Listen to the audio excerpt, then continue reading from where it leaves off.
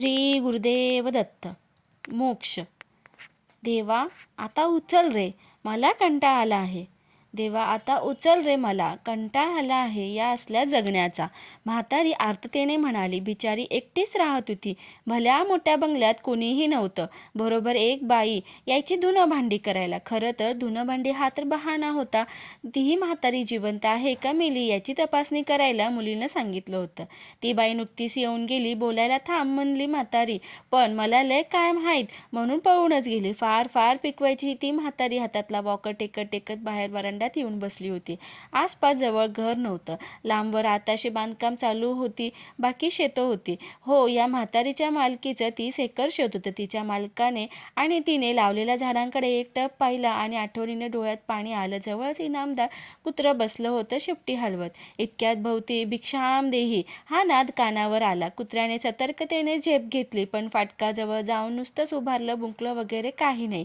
वाजवीपेक्षा जास्तच उंच तराना बांड आणि गौरवर्णीय संन्यासी आत आला आणि म्हणाला, माई भिक्षाम दे. म्हातारी बोलली, कशी देऊ? मला ना उठता येतंय ना बसता येतं. तू ये आणि हातात घे. सामान विमान चोरायला विचारसुद्धा आणू नकोस. मी जवळ बंदूक बाळगून आहे, समजलं का? यावर तो मुलगा जोरात हसला. त्याचे पांढरे शुभ्र दात दिसले.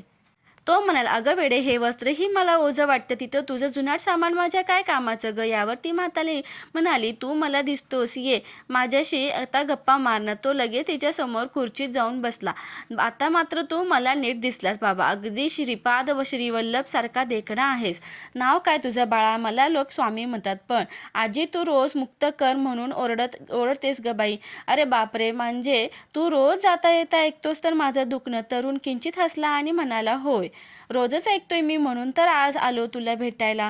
काय सांगू पोरा तुला, मला 2 पोरं आणि 1 मुलगी. माझे मालक तलाठी होते. ते 16 वर्षाखालीच वारले. त्यांनीच शेतात हे घर बांधलं होतं. हे सगळं शेत आमचंच. आता वाट्यानं दिलंय. दोन्ही पोरं सांभाळत नाहीत. ते 1000 बहाणे सांगतात. इकडं ये म्हणलं की यांची पेन्शन आहे, पण पोरांना आता ATMला कसलं कार्ड काढलंय, बँकेतही जायची गरज राहिली नाही. काही पैसे तोंडावर फेकतो बस. एक जेवणाचा डब्बा येतो बेचव, तेच आपलं खात असते. मुलीला काय माया येते, भेटती, रडते आणि निघून जाते. डोळे पुसत, फारच माया आहे तिला माझ्याविषयी. स्वामी मंद हसले आणि म्हणाले, माया वगैरे झूट असतं. माई ती शेतावर नजर ठेवून करत असेल तर. नाही नाही रे पोरा, ती तसली अजिबात नाही. अगं फोन करून म्हणून तर बघ तिला म्हणावं, तुझं सगळं चांगलं आहे. मी जायदाद पोरांच्या नावाने करते. आणि जोरदार हसू लागले. म्हातारी तापट होती, पण आज ती शांत बसली होती. मोक्ष पाहिजे तुला ना? मिळेल, जरूर मिळेल, अवश्य मिळेल ग. त्यासाठी तर मला इथे पाठवलं आहे भगवंताने. म्हातारी म्हणाली, देव माझा ऐकतो का? ऐकतो का? कान किटून गेले. परमेश्वराचे स्वामी म्हणाले, आणि मुक्ती दे, मुक्ती दे. इतकं सोपं वाटतं का तुला ते मिळवणं? तो तरुण संन्यासी विलक्षण तेजस्वी दिसू लागला. अंगाला चंदन, कस्तुरीचा सुगंध दरवळत होता. गोरा पान, गळ्यात रुद्राक्ष माळा शोभत होती. तो बोलू लागला. ज्ञानाचा अतिप्रचंड झरा मुखातून वाहणारा होता हे पक्कच होतं. स्वामी म्हणाले, अगं मुक्ती दे, मुक्ती दे असं म्हणून मुक्ती मिळत नसते, तर ती एक प्रक्रिया आहे.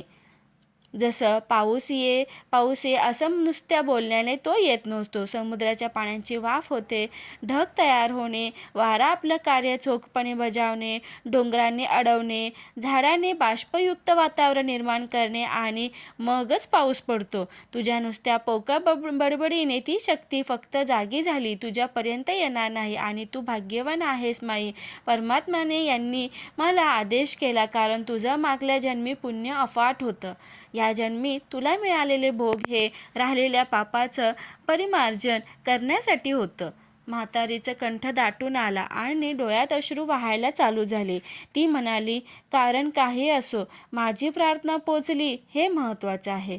माई, जगातील प्रत्येकाची हाक परमात्म्याने त्यांच्यापर्यंत पोहोचतेच, पण प्रारब्ध संचित अटळ असल्याने ते हस्तक्षेप टाळतात.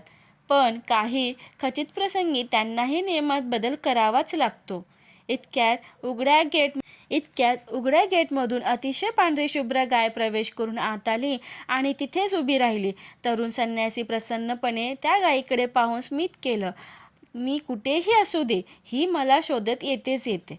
मग मला मोक्ष, मुक्ती मिळेल का रे पोरा? म्हातारीचा आर्जवी आणि कातर स्वर पाहून त्या संन्याशाच्या डोळ्यात टचकन पाणी आले आणि ते म्हणाले, माई, मुक्ती म्हणजे सगळं सोडून देणं. अगदी सगळंच ना? संपत्ती, आत्पेष्टांना, मुलांना, आपला देह, कशाबद्दलही मोह नसावा. माई, तू आज या जमिनीच्या तुकड्यावर मोह लावून बसली आहेस. आज तुझ्या जीवनात काहीही राहिलं नाही याचा तू आनंद मानायला हवास, कारण हेच खरं जीवन आहे. इतके दिवस फक्त नाटिका चालू होती असं समजता कुणाकडूनही अपेक्षा करू नको, अगदी स्वतःकडून देखीलही. तू जर या जीवनातच जिवंतपणी सगळ्या बंधनातून सुटलीस तर तुला मेल्यावर कोण अडवणार आहे? जे पाप झाले त्यांची माफी माग आणि मग बघ चमत्कार, तू मुक्त झाली म्हणून समजच. इतक्यात तो संन्यासी उठला, म्हातारीच्या डोक्यावरून ममतेने हात फिरवला. तिचे अश्रू थांबायचं नावच घेत नव्हते. कुत्राही मागं मागं उठला आणि संन्यासीच्या मागं चालत आलं. गाय तिथेच उभी राहिली होती. तिला संन्यासी थापटतच होता. म्हातारी म्हणाली, मी जर इतकी पुण्यवान म्हणतोस तर तुझे परमात्म्याचं का आले नाहीत मला सांगायला? यावर संन्यासीने सुंदर स्मित केलं आणि म्हणाले, माई, ती नजर पाहिजे, ते इथेच आहेत. यावर म्हातारी स्तब्ध झाली. इतक्या संन्यासी मोठ्या आवाजात म्हणाले, माई, इकडे नीट बघ जरा. गाय उभारली होती. त्याला टेकून संन्यासी उभा होता. पायाजवळ श्वान होता. मोठा पिवळसर प्रकाश पडला. त्यात म्हातारीचे डोळे दिपून गेले. काही क्षणातच गळ्यामध्ये हार असलेले, त्रिशूळ असलेले 3 मुखी दत्तात्रय तिला दिसू लागले. तिनं कृतज्ञ भावनेने हात जोडले आणि डोळे मिटले आणि मनातून पक्का विचार केला, परमेश्वरा, मी सगळं सोडलं आहे आणि तुझ्या चरणाशी लीन आहे. इतक्यात तिच्या अंगालाही कंप सुटला. दोन्ही नाकपुड्यामधून श्वास समपातळीत वाहू लागला. तिने एकदम मोठे श्वास घेतले आणि म्हातारीने खुर्चीत मान टाकले. आत्मज्योत भगवंताच्या छातीमध्ये विलीन झाली. ती मोक्षाला शेवटी गेलीच. अवधूत चिंतन. श्री गुरुदेव दत्त. श्री स्वामी समर्थ.